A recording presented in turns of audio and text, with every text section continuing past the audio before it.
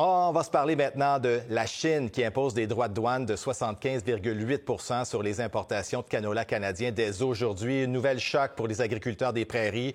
La Saskatchewan qui produit 55 du canola canadien. Pour en parler, je joins Martin Prince. Il est agriculteur à Delmas. Bonjour, Monsieur Prince. Oui, bonjour. Alors, les tarifs qui sont entrés en vigueur ce matin, les effets, évidemment, sont immédiats. Oui. Essentiellement, le canola du Canada ne se rendra pas en Chine parce que maintenant, non seulement le tourteau et l'huile du canola est imposé de 100 de tarifs, mais le canola non transformé, donc la graine comme telle, sera imposé de 75,8 Comme vous dites, ça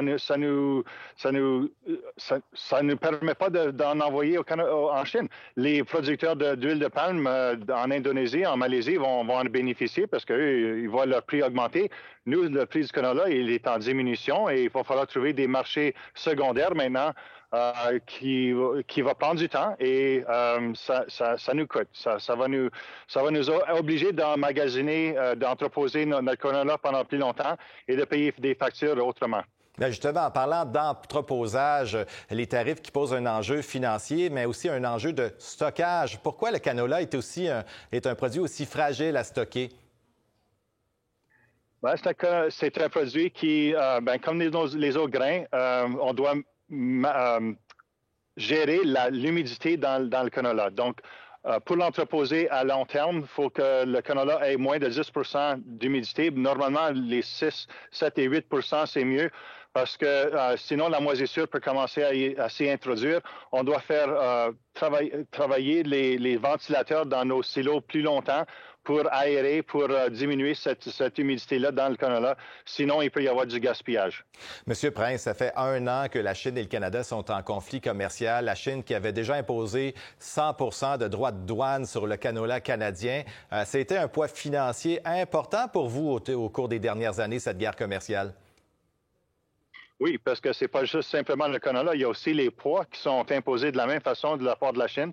Ce qui est décevant dans tout ça, c'est que on nous avait annoncé il y a longtemps, la Chine allait entreprendre cette évaluation d'anti-dumping. Et puis, on savait que ça s'en venait. Il allait arriver à une résolution, pas une résolution, mais une décision à un moment donné. Là, on nous l'a fait communiquer, les marchés ont réagi, mais depuis l'annonce de l'évaluation, j'aurais aimé voir que notre gouvernement aurait travaillé pour tenter de trouver une autre solution. Il n'y en a pas de proposé dans le moment. Apparemment, deux ministres ont rencontré des organismes de producteurs de canola hier. Mais il n'y a aucune annonce qui a été faite. Il n'y a aucune annonce qui a été faite pendant toute la campagne électorale qu'on a eue ce printemps.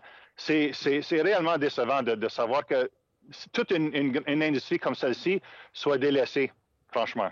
Monsieur Prince, le canola, bon, ça fait partie d'une part importante de ce que vous plantez là, dans vos champs, mais si vous ne pouvez pas écouler votre production, la vendre, l'envoyer en Chine, est-ce que vous allez réduire votre production de canola et planter autre chose que vous allez pas pouvoir vendre?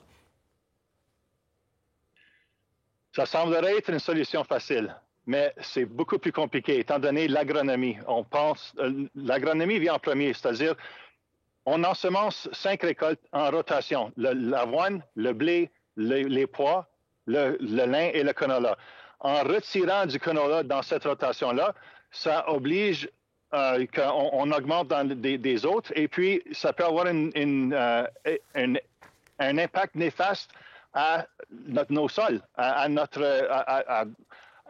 la rotation qu'on a et ça va causer d'autres ennuis. Si j'essaie de remplacer ce canola-là, disons, avec de l'orge, mais là, ça rajoute un céréal là où il ne devrait pas y en avoir parce que ça viendrait juste avant l'avoine et le blé. Ça ferait 3 céréales de suite. Ça ne fonctionne pas, ça.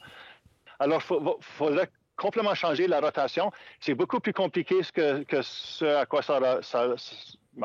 comme vous le proposez. On va trouver d'autres moyens de gérer ce risque-là. On gère les risques à tous les jours. Ça fait partie de notre travail. On va tenter de le faire d'une autre façon aussi. Et le canola canadien va finir par remplacer le canola probablement australien qui va se rendre en Chine. Parce que c'est l'Australie qui va bénéficier du fait que le canola canadien ne se rend pas en Chine. Alors, on va trouver des marchés tiers, on va trouver d'autres, on va remplir des trous ailleurs. Mais c'est que ça prend du temps, c'est que ça prend des ententes, c'est que ça va ralentir la machine et nous, en attendant, on va payer des intérêts sur des dépenses qu'on a déjà encourues ou qu'on va avoir cet hiver pour préparer pour la récolte de 2026. Il va falloir trouver autre moyen de payer ces dépenses-là. Bien, on est de tout cœur avec vous au cours des prochaines semaines, prochains mois, et on espère que votre message sera entendu par les gouvernements. Martin Prince, je rappelle que vous êtes agriculteur à Delmas, en Saskatchewan. Merci beaucoup de nous avoir parlé ce matin. Avec plaisir. Bonne journée à vous.